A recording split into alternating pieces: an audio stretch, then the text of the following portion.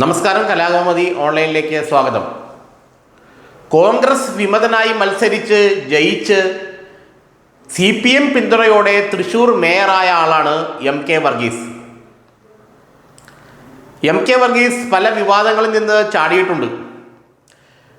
കഴിഞ്ഞ തദ്ദേശ സ്വയംഭരണ സ്ഥാപന തെരഞ്ഞെടുപ്പിൽ UDF കോൺഗ്രസ് വിമതനായി മത്സരിച്ച് ജയിച്ച അദ്ദേഹം പിന്നീട് നഗരസഭയിൽ ബലാബലം വന്നപ്പോൾ CPMന് ഒപ്പം ചേർന്ന് മേയറായി.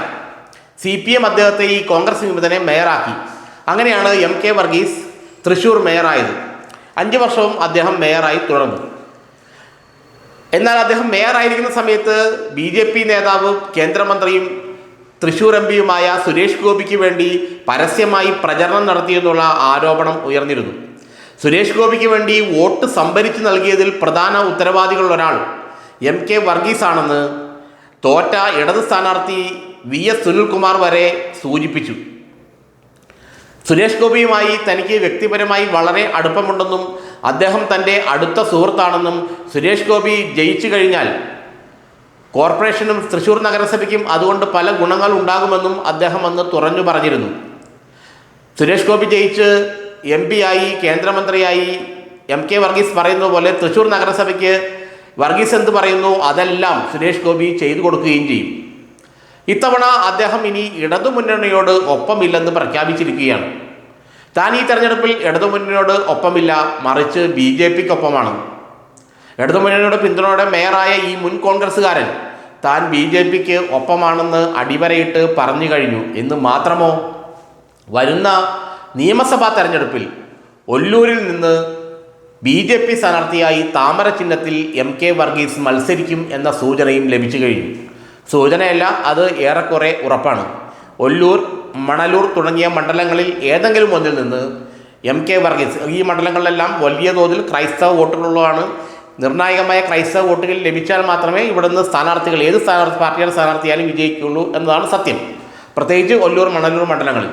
ഈ മണ്ഡലങ്ങളിൽ ഏതെങ്കിലും ഒന്നിൽ നിന്ന് താൻ BJP സ്ഥാനാർത്ഥിയായി ജനവിധി തേടുമെന്നാണ് അദ്ദേഹം പറയുന്നത്.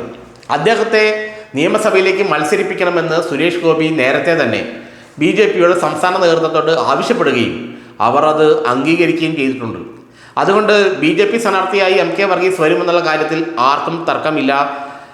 സുരേഷ് ഗോപി അദ്ദേഹത്തിന് വേണ്ടി വളരെയധികം കഷ്ടപ്പെട്ട് പണിയെടുത്ത് അദ്ദേഹത്തെ നിയമസഭയിൽ എത്തിക്കുമെന്നാണ് പല BJP നേതാക്കളും വിശ്വസിക്കുന്നത്.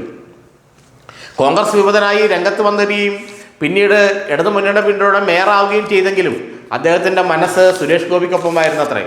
പലതവണ സുരേഷ് ഗോപി വിജയിക്കുമെന്നുള്ള രീതിയിൽ അദ്ദേഹം നടത്തിയ പ്രസ്താവനകൾ വലിയ പ്രശ്നമാണ്, പ്രതിസന്ധിയാണ് ഇടതുമുന്നണിയിൽ സൃഷ്ടിച്ചത്.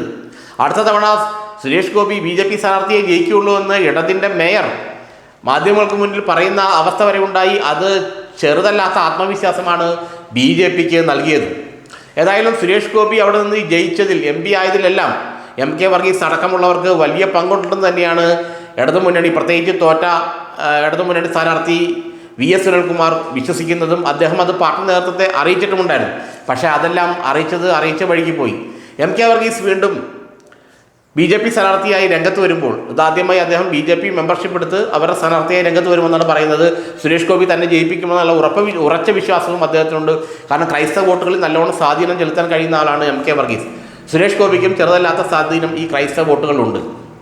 അതുകൊണ്ട് തന്നെ സുരേഷ് ഗോപിയുടെ പിന്തുണയോടുകൂടി താൻ തൃശ്ശൂരിലെ ഏതെങ്കിലും നിയമസഭാ മണ്ഡലത്തിൽ നിന്നും BJP സ്ഥാനാർത്ഥിയായി നിയമസഭയിൽ എത്തുമെന്ന് തന്നെയാണ് MK വർഗീസ് ഉറച്ചു വിശ്വസിക്കുന്നത്.